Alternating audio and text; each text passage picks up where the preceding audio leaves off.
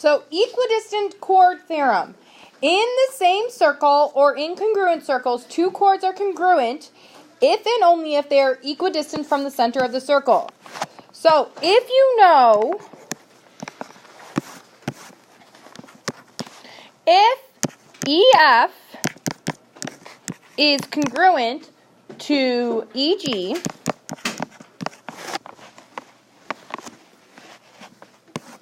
then our chords themselves, AB, is congruent to CD. And since it's if and only if, it's a biconditional, which means that, sorry, I need to do this better.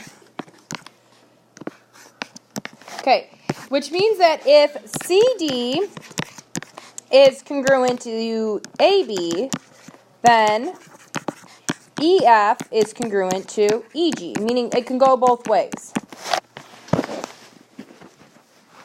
Notice that there's perpendiculars, and whenever we have perpendiculars, we look for right triangles sometimes. So yes, you will be using the Pythagorean theorem again. Now I gotta be really careful to keep my line straight on some of these. It's not like curve don't mean something. True.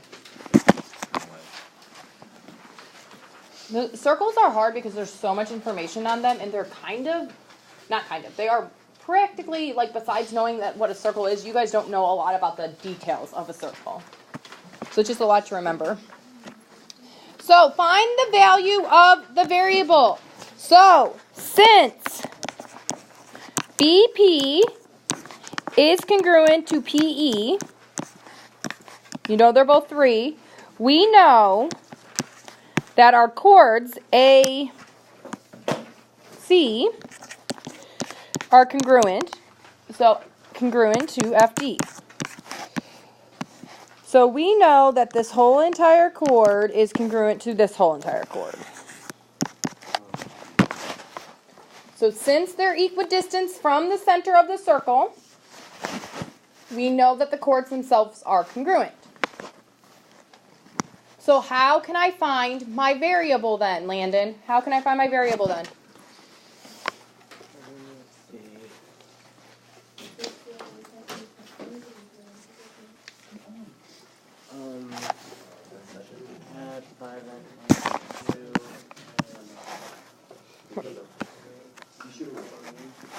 So we're not going to add these two. What do we know about these chords? If these two are equidistant, the chords are congruent. So what can we do with 5x minus 2 and 3x plus 2? 5x minus 2 plus 2.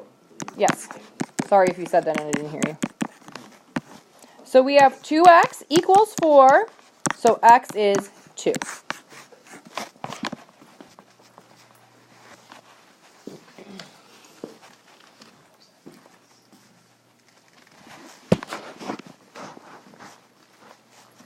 Hey, I did. I thought I didn't get your phone, Brandon. I was like, great.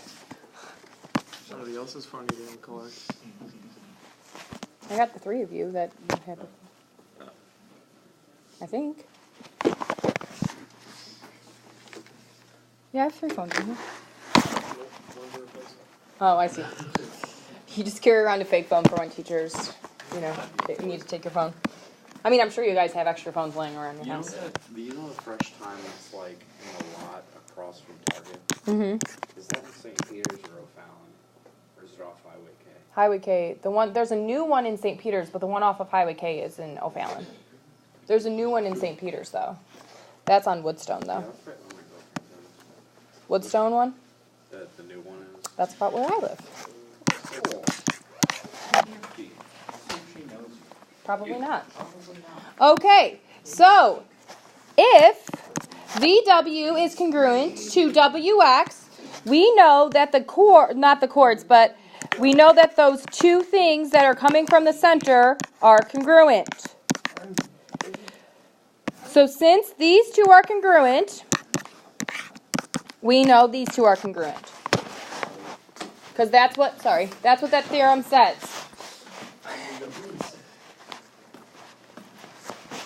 So, what can I, you just have your case. What can I do? What can I do here, Dylan Keith, to find x?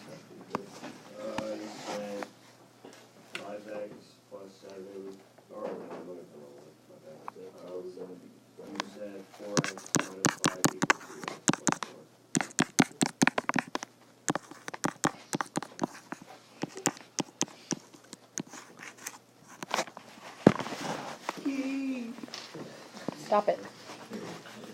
So what questions you guys have? Hey, I'm About signing that. up for a newsletter from Fresh Time. I gotta do that. It'll cancel. Where's your button?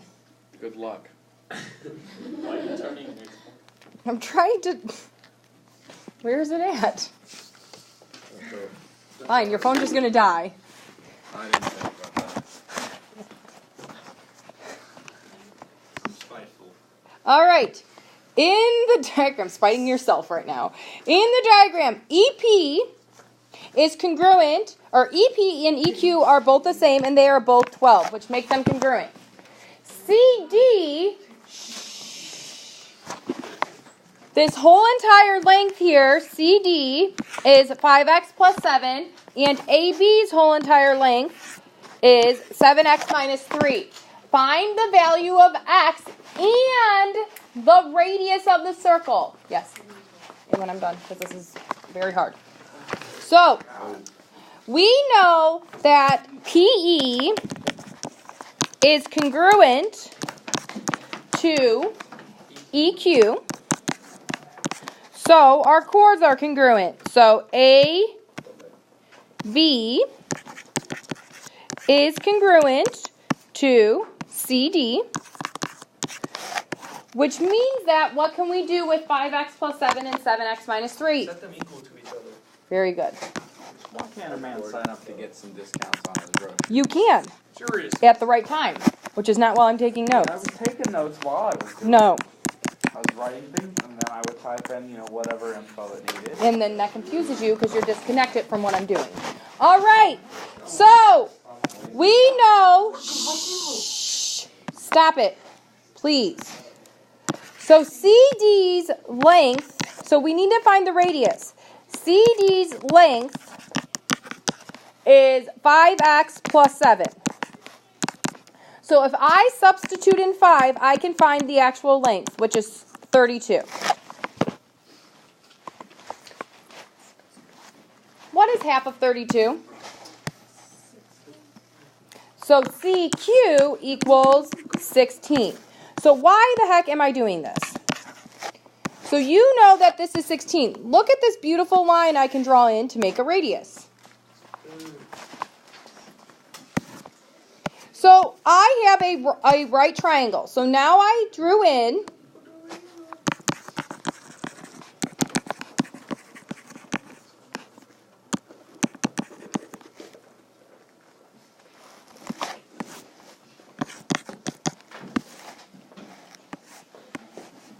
Then, once you draw in that radius, so you're going to do this, then this, then this, you have a right triangle. And what can you use with a right triangle? What? So you are going to use a squared plus b squared equals c squared. So why are you teaching calculus next year, but not, like, algebra 2? Because I wanted to try calculus. Okay. But what? So? Yeah. I like to challenge myself. I like different things. Look, you'd have me as So, that's a challenge. no.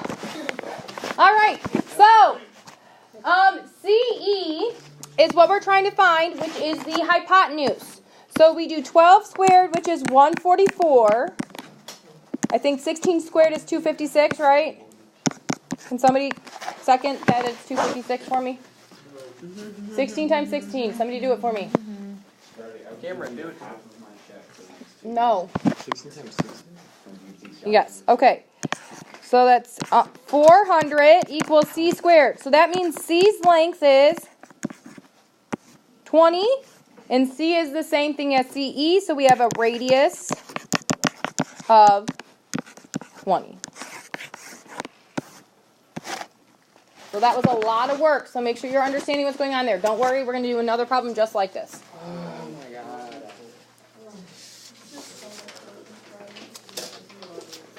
Oh, we're gonna have a lot of I can't wait to sign up for my Fresh Time newsletter. Fortnite and first time.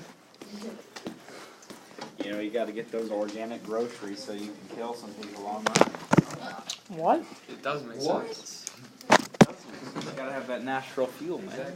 All right, moving on. Discount salmon. In the diagram, JK and LM. JK and LM. Guys, stop. Stop talking. JK and LM are congruent, which means that, because they're both 24, which means that we know wherever we have a perpendicular,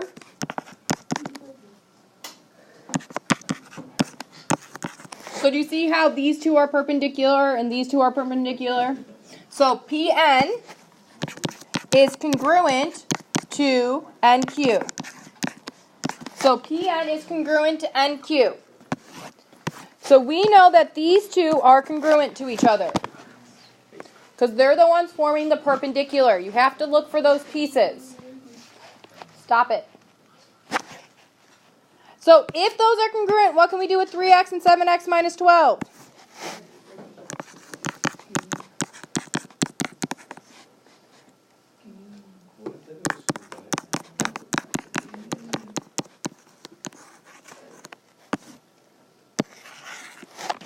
So that's how we find the variable.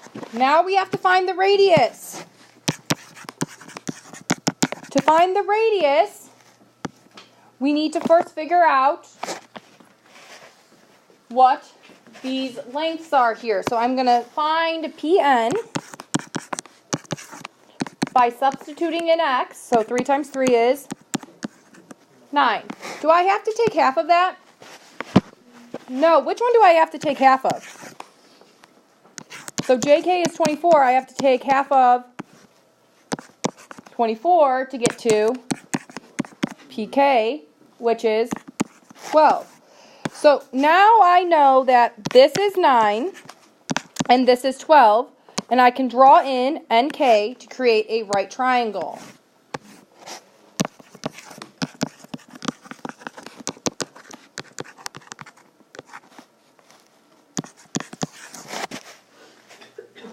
So we have a right triangle in PKN.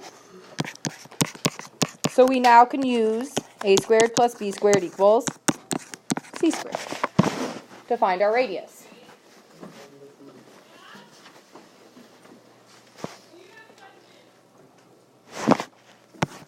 So I have 9 squared plus 12 squared equals c squared, because my radius is c because it's opposite the 90.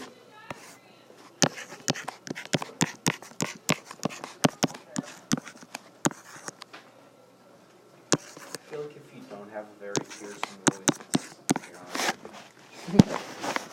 Is that 235? Did I get that right? It's 225? So no, it's not right. That's better because that's a perfect square. So if you take the square root of that, that means that the length of our radius is 15.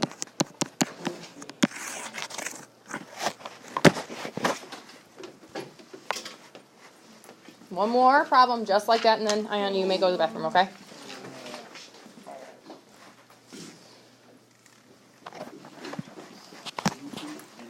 then you go to the bathroom. Do you know how long these things are? I do. I'm the one writing on it. It's not. Okay, it's the same type of problem. QR and ST are 16. So they are the same. So, since QR is congruent to ST, because they're the same length, we know the pieces that go from the center to the chord that form the right angle, do you see how these are forming a right angle? Are congruent. So CU is congruent to CV. No, I'm doing this for the notes. So you guys understand why I'm doing it. Just like why I'm doing the steps and stuff. Really, you wouldn't need to do that. So I would do it in the notes, so if you go back and look at it, you don't forget to list something out twice. Brandon didn't realize I was talking to him about that. You. Brandon Beeman.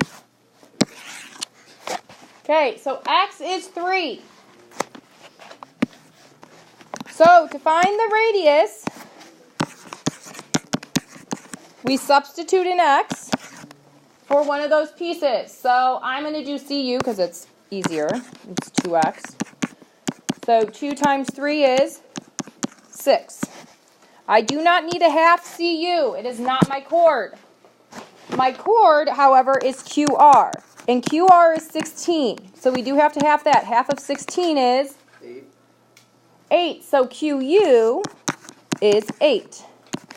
Wow. So this is 8. This is 6. And now we can draw in our triangle. That's incredible. No, not at all. It will give you the same thing.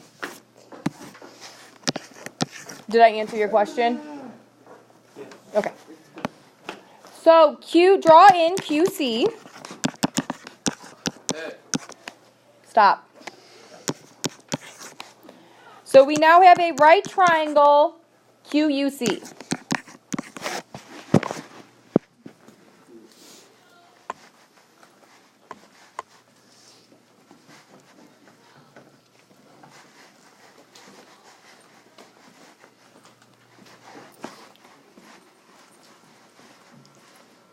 And when we have a right triangle, what can we use?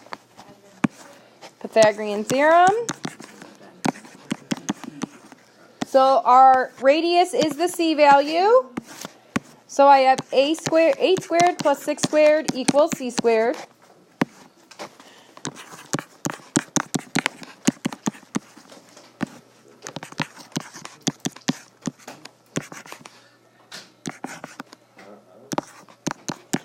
Which means our radius is 10. All right, Ayana, you may go.